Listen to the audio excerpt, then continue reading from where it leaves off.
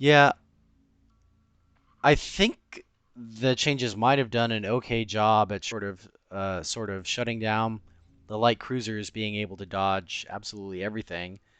I did get a few test games in before it went live, and that's what I noticed also. Gunfrig Swarm still potentially a problem. It looks like that bit of the meta hasn't really disseminated throughout the community as far and as fast as I thought it might. Um, although there is always the chance that's due to people just looking at that cheese and deciding they don't want none of that stanky cheese.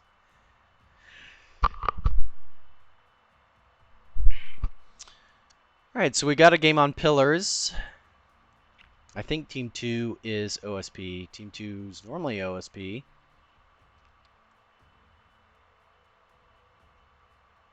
And an interesting deployment here. A bottom-heavy deployment from two different players on Team 2. Sort of unusual. Normally, when you see a bottom play, it's concentrated more on the right flank. This left flank, there is a gap when you come in this way. If you're trying to go under the map, you cross between point E and point A. There is a good chance you get picked up by a radar from D or even a radar from C point if they go sort of lower towards the mid. So it's definitely not the stealthiest of approaches. But if what you want to do is push that left flank and go up into D, then it's fine. Just realize that you will be spotted more than likely by radar when you do that. Team 1 is ANS. Not a lot of shit. Not a lot of ships available. Hopefully, maybe I'll have to bleep that. It's all capitals all the time for this ANS team. We've got a size 2, size 3, and beam and beam heavy cruiser ANS. With that goes perplexed. Ooh, what a pretty shade of purple. I like that. I also like this. So you've got the beam battleship. What do you put on this third mount? It can't feed another beam, so let's put a railgun on it. They get the same buffs, so why not? And bonus, is it AVA? It is AVA. And bonus, if you're hiding out behind a rock, you can always fire a rail around the corner and trick someone into thinking you're a helpless rail ship, and they can come around and dunk on you, and instead they get beams to the face. Not that that's ever happened to anyone I know. And with that, a Sarissa frigate. Always good to see. Very good against cargo containers. Unfortunately, there aren't any here. So we'll have to see how that holds up against most likely hybrids coming out of the other team. Meanwhile, we have, this might be Task Force Oak. Does kind of look like it. It's a pair of 450 Axfords and BCS here with a very pretty yellow and red beam ship. So 2 beam ships for Team 1. On the other side, a pair of gun CLs. No, a single gun CL and a point defense CL. Seeing if they have a backpack. They do have one. It's probably not going to be enough in ANS v ANS. When these run into the capitals, they're going to have a bad day.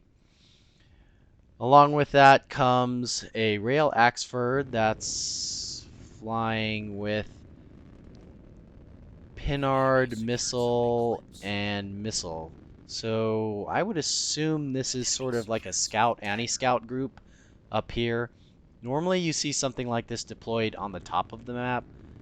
By flanking around here, this Pinard's a little bit wasted. It is more than likely not even detecting anything. And these missiles have nothing to shoot because of that. Moving on to ISF, a 250 Axford, a pair of them. That is unfortunate. It's possible this player did not realize that they were playing ANS. Oh, TF Redwood. I'm not so familiar with the ANS starter fleets. Um, yeah, so this player, perhaps not realizing they were in a mirror match, the 250 cannons, if when firing AP, they are capable of piercing the hull on the heavier ANS ships, but it's kind of a rough position to be in when your only weapon is 250 AP. It has a range disadvantage, a critical range disadvantage. Oh, missed. Looks like a missile strike coming in on this top Axford. Dealt a little bit of damage to it. As I was saying about the 250 AP, it has a range disadvantage, a huge one, versus the 450s that Axfords are certainly vulnerable to, and they don't pack a very big punch. I'm trying to remember, I think I left Zeep off of our fleet roundup. I did. Looks like a hybrid missile cannon and a cannon CL, a pair of them on the left flank here. Let's take a look at the overall deployment. Oof. Team 2 completely neglected this right flank. They don't even have a capping corvette available for point B. That is going to put them in an instant disadvantage. It looks like they're going heavy on this left flank. More than likely, we're going to see the classic far left push. I'm not a huge fan of this, although it is very popular in the player base. Oh, I thought those missiles ran into the rock. Looks like they didn't. They are on target, perhaps, to slam into this rail Axford some more. This must have been the same missiles that came out the first time. Corkscrews on those hybrids, juking the AMMs and slamming into this Axford amidships. A midship. Excuse me. Those Auroras doing what they could, but still putting this Axford in a world of hurt. It does have damage control teams, it does have restores, but it is certainly not very happy about that.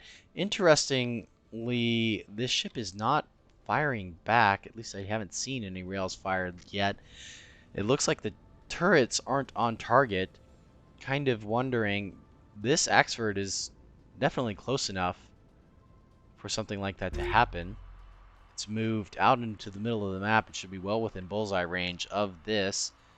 Instead, it looks like this ship just wants nothing to do with that attack. Meanwhile, on this left flank, the CLs bearing down on point D. More than likely, they have no idea there is a battleship here. Oh, they might have spotted it now. And here comes some more missiles from the Axford on top. So as I was saying about the left flank, it takes an awful lot of time to go all the way around on the map. Oh, missed that missile strike. At least one of them did manage to connect. Dealt a little bit of damage to the internal components here. It takes a long time, and in the best case scenario, what happens is you come around, you push into D, and now you're sort of basically in your starting position, just mirrored from where you started with. Oh, those thunderheads, a lot of them looks like got waypointed too closely.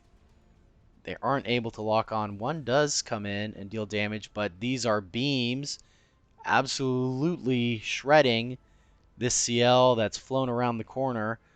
I suppose they assumed this was a 450 BB. Let's see what this other CL is going to do. It's still moving forward. It's going to crest the rock soon. Oh, that other one was the cannon. The gun CL. Its drives are disabled. There goes the rest of it. And this point defense CL looks on. without being able to contribute anything.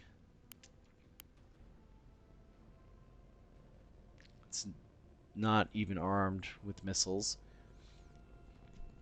It's still pushing forward, though, unfortunately.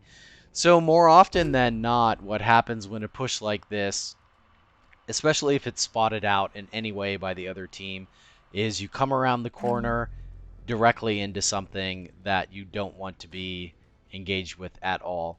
Even if, say, instead this was a 450 BB, it could have easily sidestepped around the right side of this D-Rock and been shooting at the approaching fleets the entire time.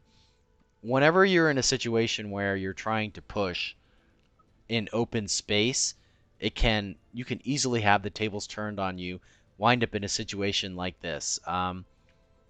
In this case, this is an ambush BB, so it simply waited until they got all the way across and then melted them instantly. But there's many other versions of this which don't work out well for the attacking player. A little bit of BM there. It's unfortunate. Instead, if you want to push a flank, why not try, for example, the high E-push? Oh, did we miss a couple of hybrids coming in there? It looks like we did. So it's not necessarily that the left flank is a bad choice. It's just when you come around in that fashion, you're moving through open space. The enemy has cover. If they see you, it's all over. And the maximum payoff available is not great. Coming in on a flank there and going all the way around and then back through D, for example, it really doesn't set you up in the greatest of positions. Even if successful and you come through on D, unless you've managed to slaughter the entire enemy team on your way over there, they're more than likely have moved either up the right flank or even through the center. And that means now you're in a position where you've traded D for B, or not traded it in this case because it wasn't capped to begin with. A couple of Thunderheads coming in, and 450 fire from the bottom. This is a good engagement, actually. Unlike the CLs, which came around, these Axfords, having moved under the map, are in a much better position. They have this cover. They've snuck up on this pair of Axfords and are in a great position to rain fire into them. Unfortunately, looks like this other CL group is being torn apart by the return fire from those 450s. More missiles coming out, more 450 fire coming in. We'll have to see if that's enough to shut these down. It really depends on how many of these missiles get through and if they manage to hit this ship or they go for the already damaged one. It looks like they're weaving back and forth. They're maybe going for some of the chaff. An active decoy coming out. That's thrown many of them for a loop. Looks like there are no hybrids left, which is going to let this flak and these defenders really clean up a lot of the remaining missiles. Sarissa's coming in, lending some fire support. Well done from this player to keep his ships pointed in the right direction, have his point defense on target, able to fire, and have his countermeasures firing and seducing these missiles. Not many hits happening there. Looks like this ship completely out of missiles. That's all for him. His other CL is dead. This one is disarmed. And the beam battleship, the other beam battleship, I should say, has come over through the mid, is chasing down these Axfords. Already managed to kill one. Looks like got a little bit lucky there, sniped out the CIC and the restores. Looks like that's just the case that there aren't many restores. So, it's Speaking of ways to kill a ship, one of the quickest methods is to kill the CIC, in this case, a basic CIC. Hey, Bren, welcome back. Um, Not a good choice on an Axford, to be completely frank. The basic CIC suffers from a low damage threshold. Damage threshold's one of the numbers that goes into the calculation of whether a module can actually be killed or not. If this had been reinforced, there's a chance, instead of being this gray color, which means destroyed, it won't be functional unless a restore is spent on it, to be red. And a red module can be restored just by an average normal damage control team doing its job. Because instead it was a basic, it gets killed.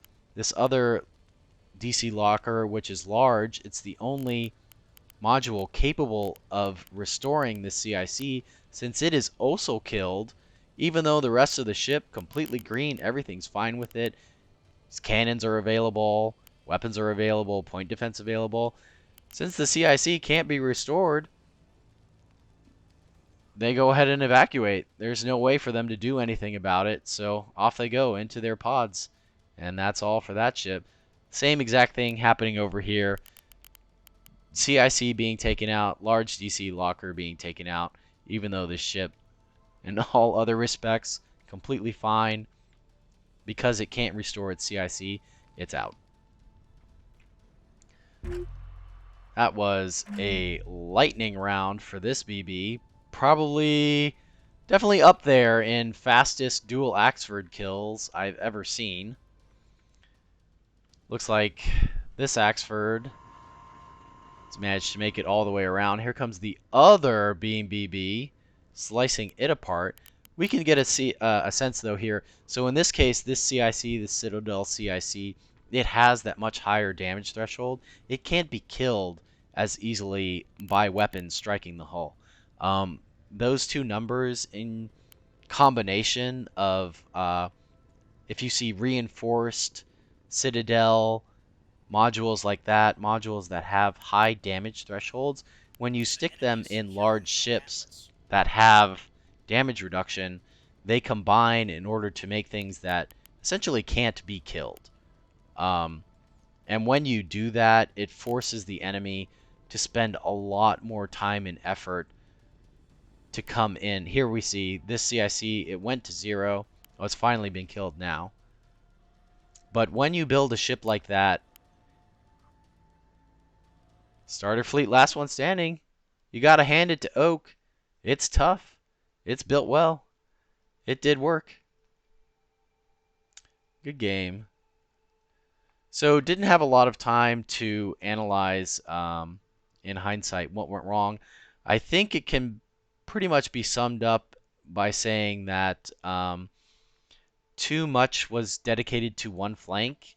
It came in sort of piecemeal, and there is crucially there was not scouting available. If those beam battleships had been spotted, there's a chance that the attacking team could have slowed down, regrouped, attacked those more